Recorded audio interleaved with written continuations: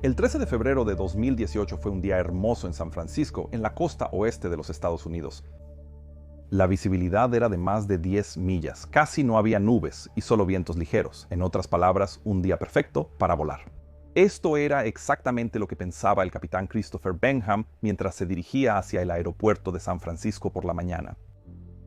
Él era un capitán alto y distinguido de 57 años, con un orgulloso linaje iraní, quien, como yo, soñaba con ser piloto de aerolínea desde niño. Mediante trabajo arduo y dedicación, logró alcanzar este objetivo y ascendió dentro de la organización United Airlines, hasta el punto de que finalmente era comandante y examinador de vuelo en el imponente Boeing 777. En el momento de este vuelo, había acumulado algo más de 13.600 horas de tiempo total, y a lo largo de su carrera había volado casi todos los grandes Boeing, incluyendo el Boeing 737, el Boeing 747, el Boeing 757, el Boeing 767 y ahora el Boeing 777, en el que en realidad aún era bastante nuevo, con apenas 360 horas voladas en él. Estaba de muy buen humor esa mañana, ya que volaba hacia Honolulu, Hawái, que era uno de sus destinos favoritos, y una ruta que había volado muchas veces a lo largo de su carrera y por lo tanto estaba muy cómodo con ella.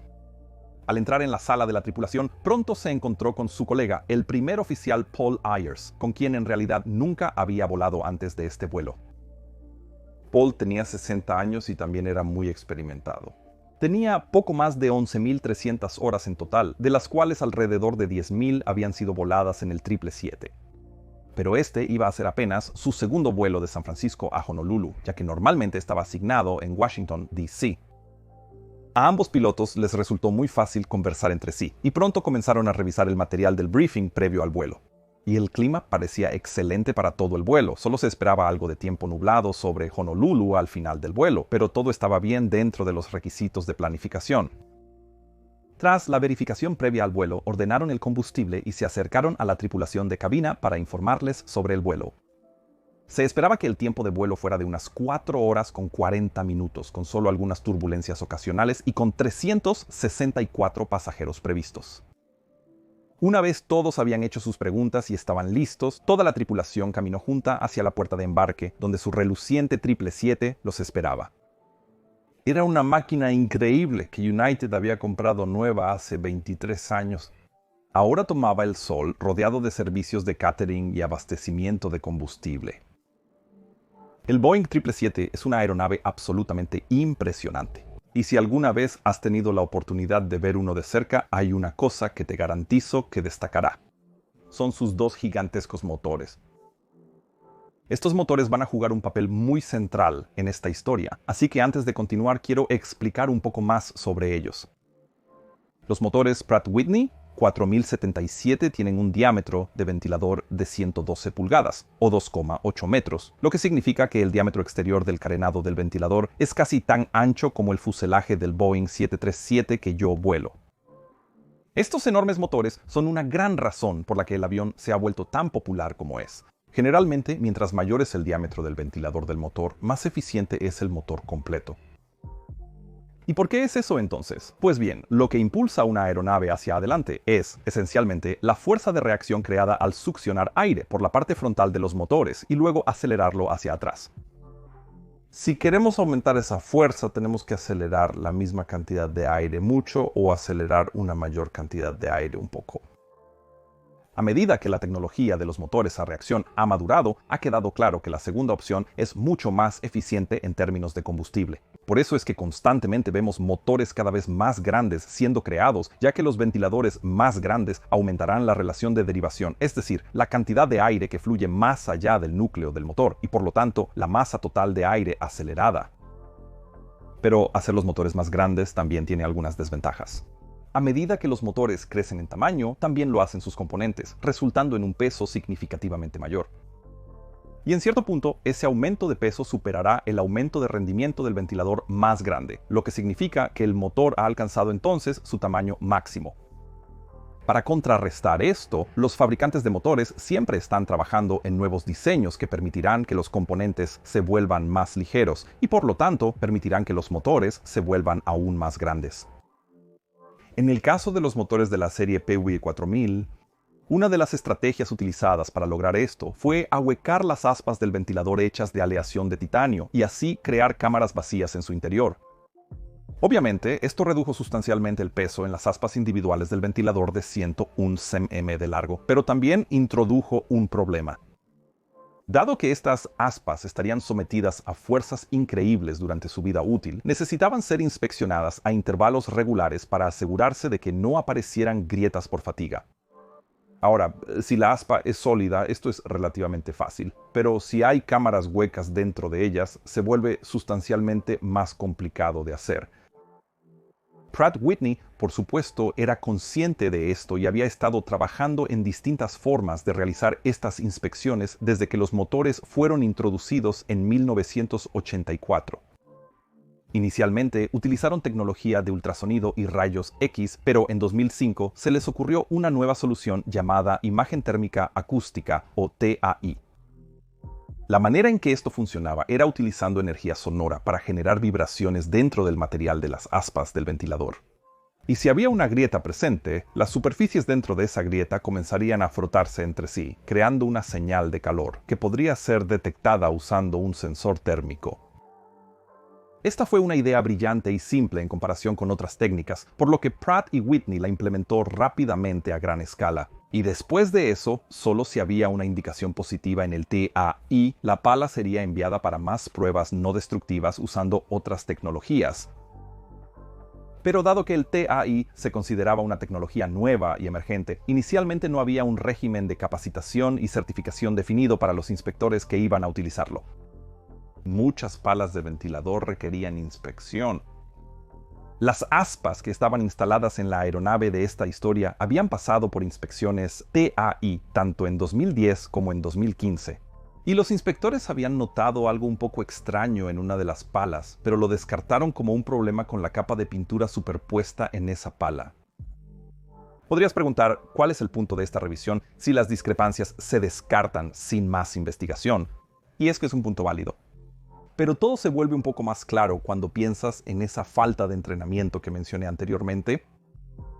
Verás, en inspecciones similares utilizando otras tecnologías, el entrenamiento mínimo requerido era de 40 horas de aula, seguidas de 1.200 horas de entrenamiento práctico.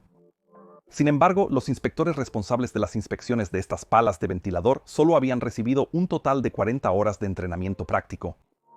Eso es todo. Se había ofrecido más capacitación, pero desafortunadamente el inspector involucrado no había podido asistir a esa capacitación, ya que estaba trabajando en un gran retraso de inspecciones en ese momento. Además, había otros factores como las inspecciones realizadas en una habitación donde entraba mucha luz solar regularmente. Esto podría generar imágenes fantasma en los escaneos térmicos, dificultando aún más la interpretación de las evaluaciones. En resumen, estos factores permitieron que un ala del ventilador número 11 en el motor número 2 de la aeronave fallara. Desarrollar una pequeña grieta dentro del agujero del espacio cerca de la raíz de la ala. Esta grieta era completamente imposible de ver a simple vista, pero seguía creciendo más y más con cada ciclo que el motor operaba. De todos modos, cuando los pilotos habían dejado sus bolsas en la cabina de mando, el capitán revisó el libro de registro técnico y confirmó que el avión no tenía problemas técnicos recientes. Luego era momento de la inspección previa al vuelo, que en United Airlines siempre la hace el primer oficial. Así que salió y comenzó su inspección habitual en sentido horario, donde verificó que todas las cubiertas de las sondas hubieran sido retiradas, que no hubiera fugas, indicios de impactos de aves ni ningún otro daño en ninguno de los componentes. Y pasó bastante tiempo revisando cada motor para asegurarse de que las gigantescas aspas del ventilador no tuvieran daños. Incluso los daños pequeños pueden causar vibraciones y pérdida de empuje, algo a lo que los pilotos siempre prestamos atención. Pero todo se veía completamente normal, así que terminó su recorrido y luego regresó a la cabina para continuar con el resto de la preparación previa al vuelo. Cuando los pilotos llegaron a la aeronave, también se encontraron con otro colega, el primer oficial Ed Gagarin, quien quería preguntar si podía viajar con ellos de regreso a Honolulu. Había finalizado su turno y ansiaba volver a casa para descansar. Pero también notó que el vuelo estaba casi lleno, así que preguntó si podía unirse a los pilotos en la cabina. El capitán Benham lo saludó alegremente y bromeó que si se sentaba al frente, quizás tendría que trabajar también. Y ambos rieron sin saber cuán cierto resultaría ser esto en realidad. Ed también mencionó que acababa de completar su entrenamiento en línea, y ese es un hecho que pronto jugará un papel muy importante en esta historia. Mientras el primer oficial Paul hacía su recorrido, el capitán Benham seguía preparando el avión para la salida. Cuando Paul volvió a la cabina, pudieron comenzar de inmediato a informarse y alistarse para partir. En ese momento, el capitán Benham también le preguntó a Paul si tenía alguna preferencia sobre quién debería actuar como piloto volando en ese tramo, y Paul respondió que sí. Le encantaría hacerlo, ya que quería adquirir algo de experiencia en esta ruta. Así que eso decidieron hacer. Y pronto, la sobrecargo principal asomó la cabeza en la cabina y les informó que todos los pasajeros habían abordado y que la tripulación estaba lista para partir. Esto significaba que ahora había 363 pasajeros y 15 miembros de la tripulación a bordo del avión. Los pilotos completaron las últimas listas de verificación, así como el briefing para una salida desde la pista 28 izquierda, y poco después el primer oficial Paul solicitó el remolque desde la posición 80. Encendieron los motores y avanzaron hacia el punto de espera de la pista. Todas las comprobaciones se completaron de manera normal, sin anomalías registradas. Así que a las 09:38 hora estándar del Pacífico, después de un agotador rodaje de 38 minutos, el primer oficial Paul finalmente empujó las palancas de potencia hacia adelante para el despegue, y el enorme Boeing 777 comenzó a acelerar por la pista. El despegue y el ascenso inicial transcurrieron sin ningún contratiempo, y una vez que el tren de aterrizaje y los flaps fueron retraídos, el vuelo pronto recibió la autorización para incorporarse a su ruta oceánica hacia Honolulu, que en realidad es una de las rutas sin interrupciones sobre el mar más largas del mundo. Existen otras rutas que son más largas, pero todas tienen aeropuertos alternativos en islas a lo largo del camino, mientras que el tramo entre San Francisco y Honolulu es solo sobre agua. La aeronave ascendió gradualmente hasta su altitud de crucero final de 38,000 pies. Una vez allí, la tripulación comenzó a completar su papeleo, y luego charlaron un poco entre ellos sobre su experiencia previa y los planes que tenían para la semana siguiente. Las primeras 3 horas y 30 minutos del vuelo continuaron de la misma manera rutinaria, con solo reportes de posición, verificaciones de combustible y mensajes ACARS enviados sobre el clima y el viento. Y el capitán Benham se rió sobre el hecho de que había volado a Honolulu innumerables veces en su carrera hasta ahora.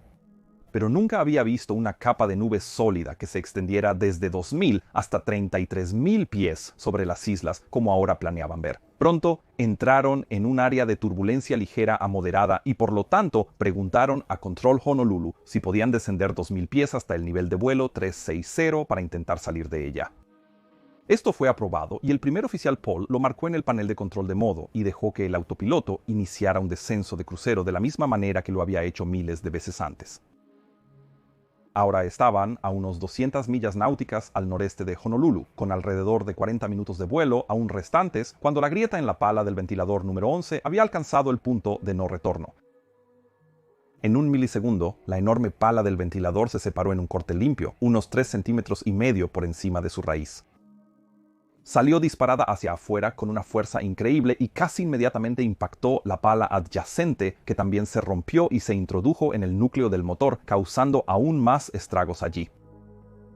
La pala del ventilador número 11 comenzó a moverse hacia adelante dentro del barril protector y cuando golpeó los bordes creó múltiples ondas de choque de alta energía, lo cual superó finalmente las especificaciones certificadas del barril interno delantero, así como del carenado. Esto significó que esas partes fallaron rápidamente y fueron arrancadas de inmediato del motor.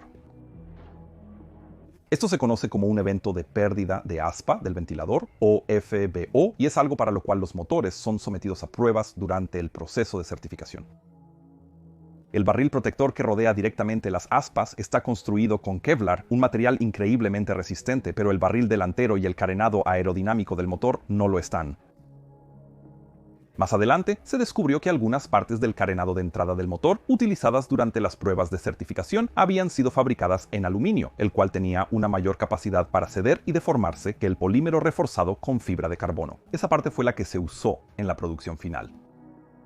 Se descubrió que esa era una de las razones de la veloz destrucción de las partes delanteras, mientras que la carcasa de Kevlar permaneció relativamente intacta.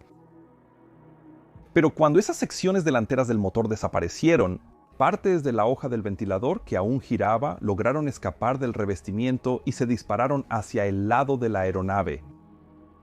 Pero, gracias a un acto increíble de suerte, impactaron el fuselaje exactamente en un lugar donde se encontraba un larguero, una parte estructural del cuerpo del avión, justo debajo de una de las ventanas de los pasajeros. Esto significó que el fragmento de la hoja no perforó la cabina, lo que podría haber sido catastrófico para el pasajero sentado junto a él. Y aún peor, habría causado una despresurización inmediata de la aeronave. Por suerte, eso no ocurrió, pero en la cabina ninguno de los pilotos tenía idea de lo que acababa de afectar gravemente a su aeronave. Se oyó una gran explosión y luego pareció que la aeronave chocó contra un muro de ladrillos. La desaceleración fue tan fuerte que el capitán Benham y el primer oficial Ayers casi golpearon sus cabezas contra el panel antirreflejo, y en 1,5 segundos la aeronave se inclinó bruscamente en un ángulo de 45 grados hacia la derecha, mientras también guiñaba bruscamente en la misma dirección. Esto fue increíblemente desorientador, ya que todo sucedió muy rápido y literalmente vino de la nada y sin ninguna advertencia previa. 1 segundo estaban volando con normalidad, y al siguiente su aeronave literalmente giraba bruscamente sobre el ala derecha y se sacudía como si estuviera a punto de desintegrarse. El capitán Benham, siendo el instructor de vuelo que era, comprendió de inmediato la gravedad de la situación y exclamó: «Tengo los controles». Sujetó el volante de control mientras el piloto automático y el auto-throttle se desconectaban, y luego miró hacia las pantallas de los motores para confirmar lo que sospechaba debía ser una falla catastrófica en uno de ellos. Cuando hizo eso, vio para su asombro que los instrumentos del motor mostraban valores completamente normales. Así que exclamó: «¿Qué pasó?». Para obtener ayuda identificando la falla, el capitán pidió apoyo, y el primer oficial, Paul Ayers, simplemente respondió: «No lo sé, los instrumentos del motor están normales». Con el rabillo del ojo, el capitán Benham también notó cómo la velocidad aérea, que hacía solo unos segundos se mantenía estable en Mach 0,83, comenzaba a disminuir rápidamente. Y sabía que ahora tenía muy poco tiempo para reaccionar. Lo que fuera que esto fuera, venía del lado derecho, ya que el avión estaba tanto guiñando como alabeando en esa dirección. Así que instintivamente empujó el timón de dirección hacia la izquierda y suavemente dio alerones máximos hacia la izquierda. Solo pensaba en mantener el lado azul hacia arriba en su pantalla de vuelo principal, mientras empujaba al máximo la palanca de empuje izquierda hacia adelante, para obtener tanto empuje como le fuera posible para frenar la desaceleración. A estas altitudes es crucial no mover los controles muy rápido, ya que puede causar la formación de ondas de choque Mach. Y el hecho de que la aeronave ya estaba inclinada a 45 grados significaba que ya estaban experimentando fuerzas G superiores a las normales, algo que también aumenta la velocidad de pérdida de la aeronave. Ed, el primer oficial que iba en el jump seat, exclamó en ese momento: «Tal vez tuvimos una colisión en pleno vuelo». Eso explicaría la explosión, las vibraciones extremas y la repentina pérdida de controles que experimentaban en ese instante. Pero estaban a 36,000 pies y no habían visto nada en su TCAS. Simplemente no debería haber nadie más a esa altitud, ya ves, por encima de los 18,000 pies. En los Estados Unidos, todo el espacio aéreo está controlado con el uso obligatorio de transpondedor. Así que si hubiera habido alguien más allí arriba, deberían haberlo visto. De cualquier manera, con máxima deflexión tanto en el timón de dirección como en los alerones, el dañado 777 comenzó lentamente a volver a una actitud nivelada, aunque la velocidad seguía disminuyendo. Todo, excepto las extrañas indicaciones del motor, era típico de una falla grave del mismo. Y el capitán Benham sabía que si este era el caso, el avión no podría mantener su altitud por mucho más tiempo. Un jet de 2 motores puede, dependiendo del tipo y peso, normalmente mantener una altitud de alrededor de 21 a 24,000 pies con un solo motor, pero nunca 36,000. Esto implicaba que debía iniciar el descenso de inmediato o el avión entraría en pérdida y podría perder totalmente el control. Encima de todo esto, ahora estaban temblando tan fuertemente que los pilotos tenían problemas para enfocar sus ojos lo suficiente para ver sus instrumentos frente a ellos y para alcanzar controles específicos. Y mientras tanto, se escuchaba detrás de ellos un sonido estremecedor de metal retorciéndose, un sonido similar al que se oiría en un submarino hundiéndose cuando la presión comienza a aplastarlo. 35 segundos después del inicio de esta pesadilla, los instrumentos del motor derecho comenzaron a apagarse uno por uno repentinamente. Lo que en realidad había ocurrido era que toda la EIC, la computadora encargada de reportar los valores a los instrumentos del motor, había sido arrancada cuando el carenado del motor se desprendió. Entonces, lo que los pilotos habían estado mirando eran solo los últimos valores reportados del motor antes de que ocurriera la falla, que se habían quedado en la memoria de la pantalla debido a la falta de otras entradas.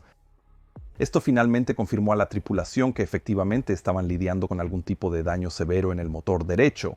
El capitán Benham pidió al primer oficial Paul que ejecutara la lista de verificación de daños severos en el motor desde la ECL, su lista de verificación electrónica. En otras aeronaves como el Boeing 737 que yo vuelo, este tipo de falla incluye algo conocido como procedimientos de memoria, es decir, acciones que deben realizarse de memoria sin consultar la lista de verificación. Pero en el 777, esto debía realizarse a través de la lista de verificación electrónica interna en su sistema ACAS. Pero el problema ahora era que la aeronave se sacudía con tanta fuerza que el primer oficial simplemente no podía alcanzar ni utilizar el sistema ACAS. Y aquí es donde la experiencia vuelve a entrar en juego. Ambos pilotos habían estado operando con elementos de memoria en aviones anteriores, lo que les permitía simplemente repasarlos de memoria. Así que Paul comenzó a leer en voz alta: autothrottle confirmar, apagado, apagado, motor, palanca de potencia confirmar, cerrar, cerrar, motor, palanca de arranque confirmar, cortar, cortar. Los tres pilotos se aseguraron de no apresurar estos pasos porque accidentes anteriores les habían enseñado que es muy fácil identificar erróneamente una falla como esta y terminar apagando el motor equivocado. Después de completar estos elementos, las vibraciones se redujeron un poco, pero seguían siendo muy fuertes. Así que todos acordaron agregar un punto más a la lista de verificación. Para activar el interruptor de incendio del motor. Este paso aislaría completamente el motor derecho y cortaría todo su combustible, aceite e hidráulica. Así que se miraron el uno al otro, confirmaron la palanca de incendio número 2, tiraron, confirmaron y la activaron. Una vez completado este paso, las vibraciones finalmente disminuyeron de aproximadamente 15 en una escala del 1 al 10 a cerca de 7. Seguían siendo bastante fuertes, aterradoras para los pasajeros, pero al menos ahora eran controlables. Aún era muy difícil usar su ACAS y su lista de verificación electrónica. En el salto, Ed sacó su iPad y repasó la lista de verificación en voz alta. Recién salido de la formación, estaba muy familiarizado con las listas de verificación de su reciente simulador y resultó ser de gran ayuda. Sería útil analizar cómo esta tripulación estaba dividiendo sus distintos roles. El capitán Benham aún pilotaba el avión manualmente, y aunque había podido reducir ligeramente la cantidad de entrada de alerón y timón de dirección, todavía estaba usando mucho y le tomó la mayor parte de su capacidad solo para mantener el avión recto y razonablemente nivelado. Debido a eso, aprovechó al máximo todos los recursos disponibles en la cabina, incluyendo a su colega Ed, quien viajaba en el jump seat y fue asignado para asistir al primer oficial Paul con todo lo que necesitara, incluidas las listas de verificación, los cálculos de rendimiento y la supervisión general. El capitán Benham dejó absolutamente claro que tenía una capacidad muy limitada para encargarse del manejo de listas, como normalmente lo haría. Así que se estaba concentrando en pilotar y continuaría haciéndolo durante todo el tiempo que fuera necesario. Al ser muy claro aquí y al delegar de manera efectiva, la tripulación pudo contener un fallo catastrófico en un marco de tiempo muy rápido. Esto sirve como un excelente ejemplo de cómo se supone que debe funcionar la gestión de recursos de la tripulación y también una gran adherencia a la regla de oro de la aviación: pilotar, navegar, comunicar. ¿Esto significaba que el siguiente paso era navegar y comunicar? El capitán Benham preguntó a Ed si podía informar de la emergencia al controlador aéreo y hacerle saber que ahora estaban descendiendo. Ed respondió de inmediato y declaró Mayday ante el control de Honolulu, informándoles que el vuelo 1175 de United Airlines estaba sufriendo algún tipo de daño severo y necesitaba dirigirse al aeropuerto mientras descendía. Luego, el controlador aéreo hizo una larga pausa. Claramente, al controlador le tomó un tiempo realmente apreciar la gravedad de lo que acababa de escuchar. Finalmente volvió con «¿Puede repetir?», solo para verificar que esto realmente estaba sucediendo. Pero rápidamente recuperó la compostura y preguntó a la tripulación el número de personas a bordo y el combustible restante. Esas son preguntas estándar necesarias para preparar a los servicios de emergencia para un posible peor escenario, y casi siempre se hacen en una situación como esta. Y Ed le dio esa información, pero después de haberlo hecho, los tres pilotos simplemente se miraron entre sí durante unos segundos. Apenas comenzaban a asimilarlo. Había más de 350 personas a bordo de este vuelo, familias enteras, posiblemente comunidades completas cuyas vidas afectaban con toda seguridad a muchos miles más. Simplemente tenían que lograr que esta aeronave aterrizara de forma segura. Por lo general, desaconsejo dejarse llevar por las emociones al manejar emergencias repentinas y complejas, ya que lo más efectivo suele ser apoyarse en los procedimientos entrenados y en los modelos de toma de decisiones, pues las emociones pueden elevar el estrés a niveles en los que decidir correctamente se vuelve muy difícil. Pero en este caso parece haber funcionado como catalizador para que la tripulación mantenga un enfoque aún mayor. La aeronave descendía constantemente, y el capitán Benham solicitó a su primer oficial calcular la velocidad y altitud óptimas para un descenso en deriva. Esto se utiliza para maximizar el tiempo en altitudes elevadas y así extender nuestro alcance lo máximo posible. Mientras Paul calculaba los valores, también determinaron rápidamente que el mejor aeropuerto para aterrizar sería su destino, Honolulu. Pero todavía estaba a unas 200 millas náuticas de distancia, y no tenían idea de cuánto daño tenía su avión o cuánto tiempo se mantendría unido. Esto significaba que tendrían que descender suavemente para asegurarse de no empeorar los daños y también para maximizar sus posibilidades de llegar realmente al aeropuerto. El capitán Benham ya había llevado al máximo la potencia del motor izquierdo restante cuando ocurrió la explosión. Y eso es algo que normalmente solo hacemos en circunstancias extremas, como en una maniobra de escape de terreno. Si hacemos eso, solo lo mantenemos al límite por un tiempo limitado para no sobrecargar el motor. Pero el capitán Benham ahora sentía que necesitaba todo el empuje que pudiera obtener para mantener el avión bajo control. Así que el motor simplemente se dejó al límite a pleno empuje. El primer oficial Paul pronto determinó que la mejor velocidad y altitud para un descenso a la deriva serían 230 nudos y 23.000 pies. Al desacelerar a esa velocidad con el empuje máximo establecido, esto mantendría el avión descendiendo con la mínima velocidad vertical posible. Pero cuando el capitán Benham comenzó a desacelerar el avión y la velocidad comenzó a volver hacia los 245 nudos, el avión de repente comenzó a sacudirse aún más. Pronto el agitador de palanca también se activó. Estaban a punto de entrar en pérdida. Eso no debería haber pasado tan rápido, pero estaba ocurriendo de todos modos. Y a todos los pilotos se les enseña que la única forma de salir de una pérdida inminente es disminuir inmediatamente el ángulo de ataque. El capitán Benham reaccionó por instinto bajando la nariz de inmediato, pero al hacerlo, la velocidad vertical aumentó a entre 3.000 y 4.000 pies por minuto. Y si esa tasa de descenso continuara, el avión golpearía el agua mucho antes de llegar a Honolulu. Entonces, ¿qué estaba pasando aquí? ¿Por qué el avión entraba en pérdida a una velocidad tan alta cuando las tablas de descenso sugerían una velocidad aún menor para volar? Bueno, cuando se hicieron esas tablas, se calcularon con el rendimiento de un solo motor, pero con el motor que no funcionaba aún en una pieza. La tripulación lidiaba con un motor severamente dañado, al que le faltaban la mayoría de sus carenados aerodinámicos. Eso guiaría el aire suavemente más allá de la cubierta y luego sobre el ala. Esto significaba que el flujo de aire estaba severamente interrumpido sobre el ala derecha, reduciendo la sustentación que podía producir. Eso fue realmente lo que causó ese rápido giro a la derecha cuando ocurrió la explosión. Y ahora también estaba causando la velocidad de pérdida mucho más alta en ese ala que estaban experimentando ahora. Pero los pilotos aún no sabían nada de esto. El Boeing 777 no cuenta con cámaras externas que puedan ser accesadas desde la cabina. Mientras estabilizaba la aeronave a una velocidad de aire más alta, entre 245 y 255 nudos, el capitán Benham tomó otra decisión. Le pidió a Ed, el primer oficial que viajaba en el jump seat, si podía ir hacia la parte trasera de la cabina para observar el estado del motor y luego regresar a informar. Ed asintió y se dirigió hacia la sección media de la aeronave, cerca de las alas. Y unos minutos después volvió con un video verdaderamente aterrador en su teléfono móvil. En él se podía ver claramente la magnitud total del daño, y también cómo el ventilador dañado aún estaba girando, con todo el motor oscilando de un lado a otro debido a las fuerzas aerodinámicas inusuales que ahora actuaban sobre él.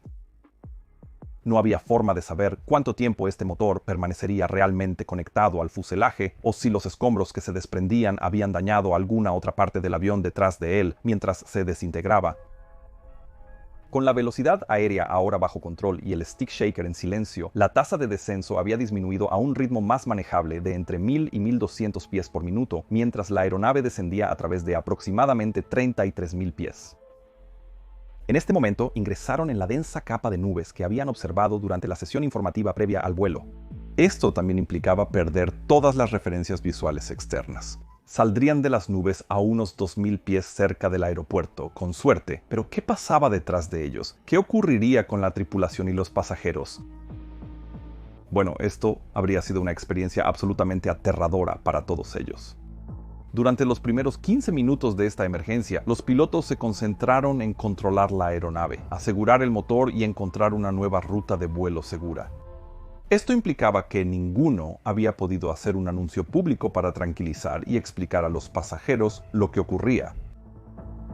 Los pasajeros sentados en el lado derecho del avión, cerca de las alas, podían ver claramente el motor destrozado oscilando fuera de sus ventanas.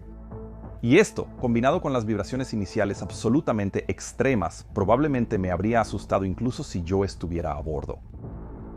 A medida que la situación se controló más, el capitán Benham pidió a la sobrecargo principal que entrara a la cabina de mando para darle un briefing personalmente y transmitir algo de calma ante la situación. Fue muy transparente y explicó que habían sufrido un daño severo en el motor derecho y posiblemente incluso en más partes del avión que él no podía ver. También le dijo que comenzara a preparar a los pasajeros para un posible amerizaje en el mar.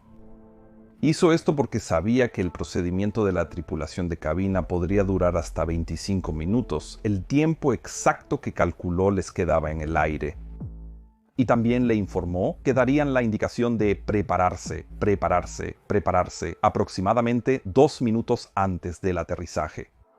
Ahora, el capitán Benham en realidad no pensaba en este punto que tendrían que amerizar, pero no sabía exactamente cómo reaccionaría la aeronave cuando comenzaran a reducir la velocidad para el aterrizaje y extendieran los flaps.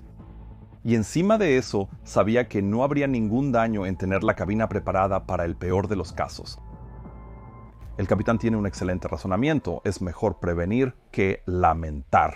Así, la tripulación de cabina estaría ocupada con sus ejercicios, manteniendo entretenidos tanto a ellos como a los pasajeros, y los prepararía mentalmente para una posible evacuación futura.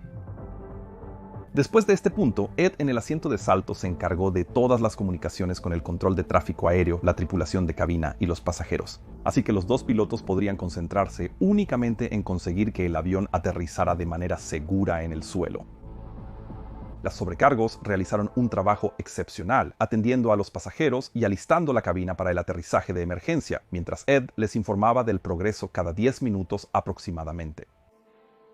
El controlador aéreo también hizo un gran trabajo al no sobrecargar a los pilotos con preguntas y simplemente les proporcionó la información y las autorizaciones que solicitaron, y mantuvo el resto del tráfico alejado.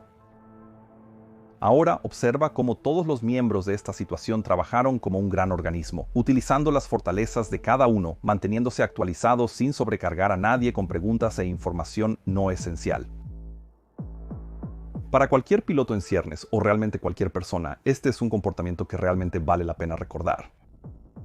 Cabe destacar que este escenario fue muy distinto a cualquier situación de entrenamiento que la tripulación haya experimentado en el simulador.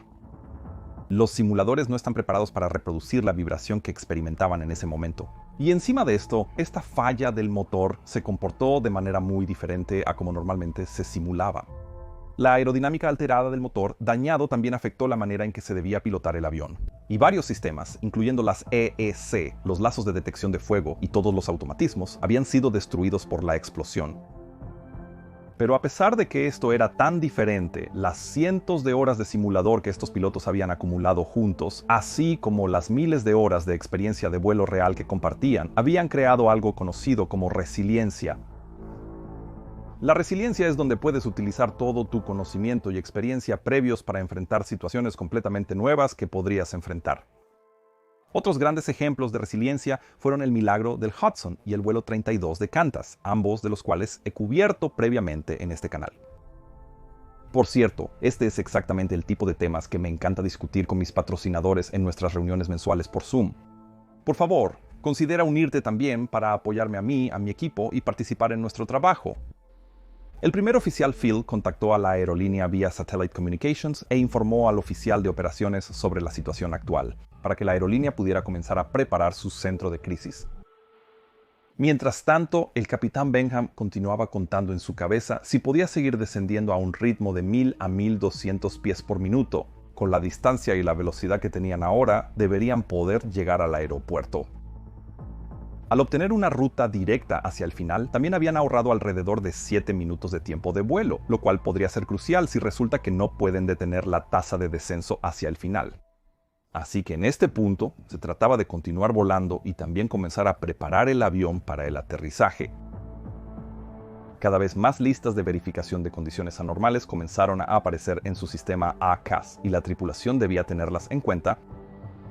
Dado que habían estado volando con el empuje máximo establecido en el motor izquierdo que aún funcionaba, habían consumido mucho más combustible de lo esperado, lo que también significaba que estaban agotando el combustible de reserva. Además, había causado un desequilibrio de combustible entre el tanque principal izquierdo y derecho, ya que el motor izquierdo solo usaba combustible del lado izquierdo. Todo esto estaba siendo manejado por los primeros oficiales Paul y Ed, mientras que el capitán Benham estaba completamente enfocado en mantener volando a este ave herida. Mientras descendían a unos 10.000 pies, los dos primeros oficiales comenzaron a alimentar cruzadamente combustible del tanque derecho al motor izquierdo. Y en este punto Ed también abrochó los arneses de hombro en el cinturón de seguridad del capitán Benham, ya que él no pudo hacer esto por sí mismo debido a la gran dificultad del manejo que estaba experimentando. Luego también llegó el momento de informar sobre el acercamiento. Así que Ed tomó el clima para Honolulu, que todavía estaba nublado, pero con buena visibilidad y vientos para el aterrizaje. Pronto, la aproximación de Honolulu los pasó a la torre de Honolulu. Y cuando el primer oficial Paul los contactó, le informaron que podían esperar vectores de radar para una aproximación ILS a la pista 04 derecha, pero eso no les servía. Tanto el capitán Benham como Ed en el jump seat conocían bien el aeropuerto y sabían que la pista 04 derecha era bastante corta y no sería suficiente para la aproximación monomotor a alta velocidad que ahora tenían por delante. La pista 08 izquierda tenía la longitud suficiente, pero lamentablemente estaba cerrada por algún tipo de obra ese día, así que Paul solicitó en su lugar vectores hacia la pista 08 derecha. Una pista con la longitud suficiente, pero lamentablemente sin aproximación ILS. En esa pista solo había disponible una aproximación RNAV no precisa basada en GPS, lo que significaba que la tripulación pronto tendría que volar una aproximación manual, monomotor y no precisa, en condiciones completamente instrumentales, acompañados por algunas de las vibraciones más fuertes que jamás habían experimentado. Todo un desafío. Pero el capitán Benham estaba más enfocado en llegar primero a la pista de aterrizaje que en preocuparse por eso. Le pidió a Paul que solicitara al controlador aéreo vectores lo más cerca posible de la Tierra, ya que las olas podrían ser más pequeñas en el lado de sotavento de la isla y por lo tanto más sobrevivibles en caso de que tuvieran que intentar el amarizaje. Esto es algo que mucha gente podría no apreciar del todo. Verás, aterrizar en agua con un avión de este tamaño sería una maniobra extremadamente desafiante para lograr con éxito.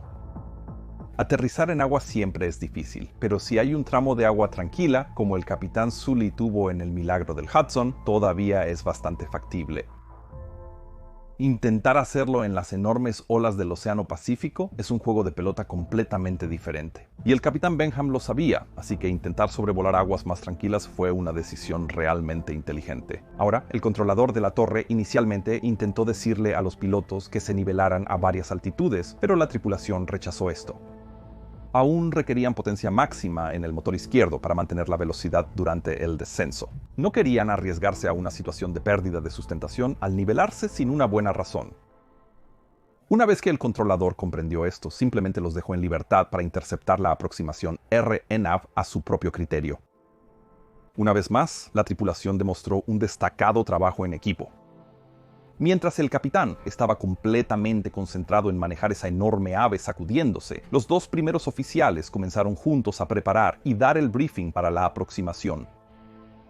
Y los tres pilotos decidieron que Ed, desde el jump seat, actuaría como una especie de radar de aproximación de precisión, o PAR, basado en lo que veía en la pantalla de navegación. Esto significaba que él le indicaría al capitán Benham cómo girar y descender, algo así como girar a la derecha hacia rumbo 0, 7, 5 grados a hora, continuar recto, aumentar la tasa de descenso, etc. Hizo todo esto para minimizar el trabajo e intentar estabilizar la aproximación lo más posible. Ahora, esto no se enseña en ningún lugar, pero es una gran adaptación a una situación y uso de recursos. Y otra razón más por la que es una mala idea intentar reducir el número de pilotos en la cabina. Mientras interceptaban el enfoque, mantenían el avión ligeramente alto y rápido a propósito para asegurarse de que tendrían suficiente energía para llegar a la pista, incluso si algo más sucediera. Recuerda, aún no estaban seguros de cómo reaccionaría el avión cuando comenzaran a extender los flaps y el tren de aterrizaje, o si sería posible basándose en los daños que tenían. Cuando el primer oficial Paul comenzó a explicar el procedimiento de aproximación frustrada, el capitán Benham lo detuvo suavemente diciendo: «Paul, no habrá aproximación frustrada. Usamos el empuje total del motor izquierdo para mantener la velocidad en descenso. Sin flaps ni tren de aterrizaje, solo tendremos una oportunidad de aterrizar». Ahora, si crees que estaba siendo demasiado dramático aquí, no lo estaba. Anteriormente había enviado a Ed a revisar también la parte trasera del avión, ya que sentía que el avión no se manejaba correctamente. Aún considerando el daño en el motor derecho, cuando Ed regresó de esa segunda revisión, dijo que la parte trasera del avión se movía de izquierda a derecha tan violentamente que tenía problemas incluso para concentrarse y ver las caras asustadas de los pasajeros en la parte trasera. Esto hizo pensar a la tripulación que también podría haber más daños en la cola fuera de su vista. Y era muy difícil decir cuánto tiempo permanecería unido este avión. Necesitaban aterrizar lo más pronto posible. Decidieron intentar aterrizar con 20 grados de flaps a una velocidad de 145 nudos en la final, siempre y cuando pudieran desacelerar tanto con el avión aún volando. Al descender por la aproximación extendida, comenzaron a reducir la velocidad con suavidad. Esto también implicaría que el capitán requeriría cada vez más timón de dirección, ya que se vuelve menos aerodinámico a velocidades más bajas. Extendieron un paso de flaps, luego dos, y afortunadamente el avión todavía se comportaba bien. A las 12:34 hora de Honolulu, el enorme 777 finalmente atravesó las nubes y los pilotos pudieron ver la pista justo enfrente. El primer oficial Paul informó la situación a la torre y recibieron autorización inmediata para aterrizar. El equipo de emergencia los esperaba. 20 segundos después, seleccionaron el tren de aterrizaje hacia abajo y pronto recibieron 3 luces verdes indicando que todo estaba abajo y bloqueado. Esto fue un gran alivio para todos, ya que el avión aún mantenía su velocidad razonablemente bien, incluso con este arrastre adicional. Cuando pasaron los 500 pies, el primer oficial Paul anunció por el PA prepararse para asegurarse de que todos los pasajeros y la tripulación estuvieran listos en la posición de impacto para el aterrizaje. Inmediatamente después se seleccionó Flaps 20. Ahora estaban a segundos de aterrizar. El gigantesco 777 finalmente sobrevoló el umbral y fue seguido inmediatamente por los vehículos de emergencia que los estaban esperando. El capitán Benham ahora estaba en un estado de trance y todo en lo que podía concentrarse era en bajar suavemente este avión para no causar más daños. Y para empezar a frenar tenía que hacerlo bien.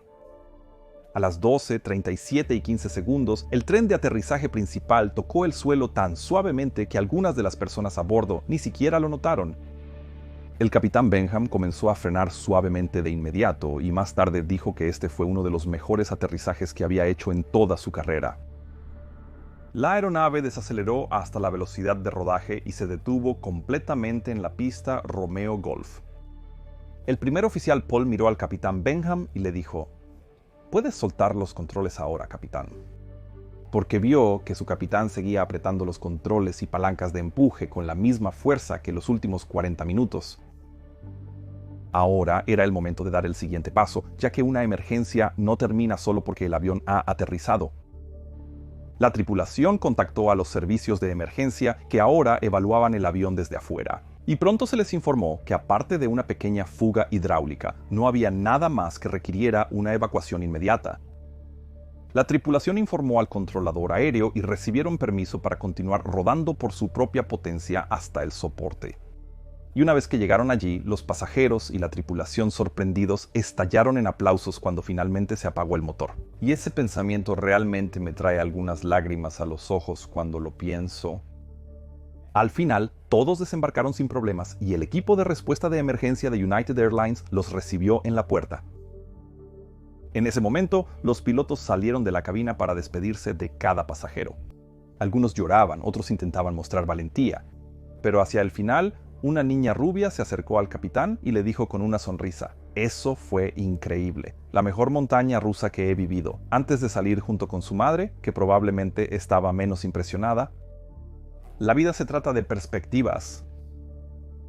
Apenas aterrizaron, los teléfonos de los pilotos se iluminaron con llamadas de la compañía, pero estaban bien conscientes del procedimiento que debían seguir cuando sucedía algo como esto.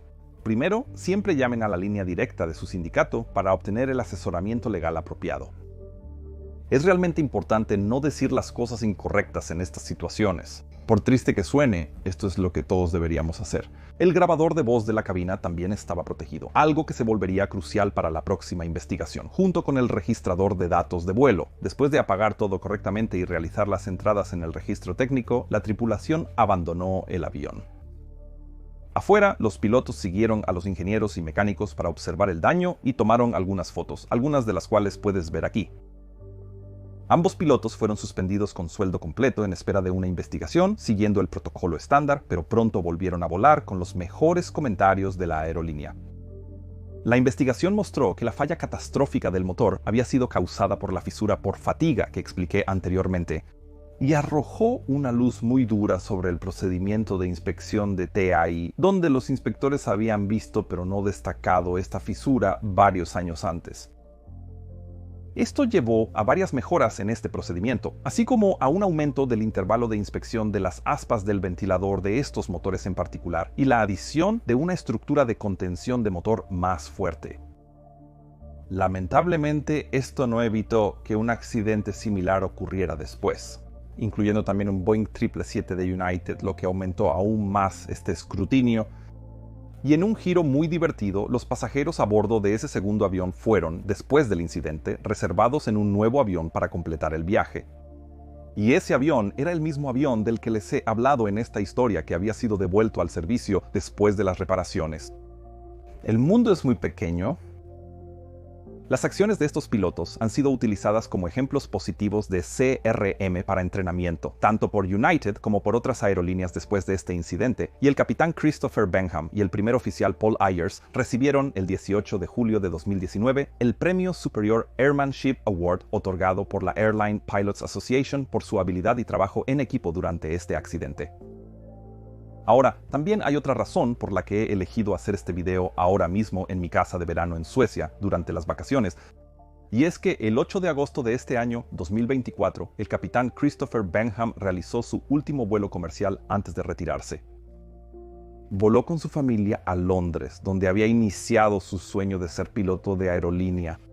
Y en nombre de todo mi equipo, me gustaría enviar nuestras más sinceras felicitaciones a Christopher por una carrera bien servida, así como nuestros mejores deseos para su retiro. Pocos pilotos enfrentan el desafío definitivo de sus habilidades y conocimientos, y deberías estar orgulloso de la forma en que tú y tu equipo lo manejaron en este día.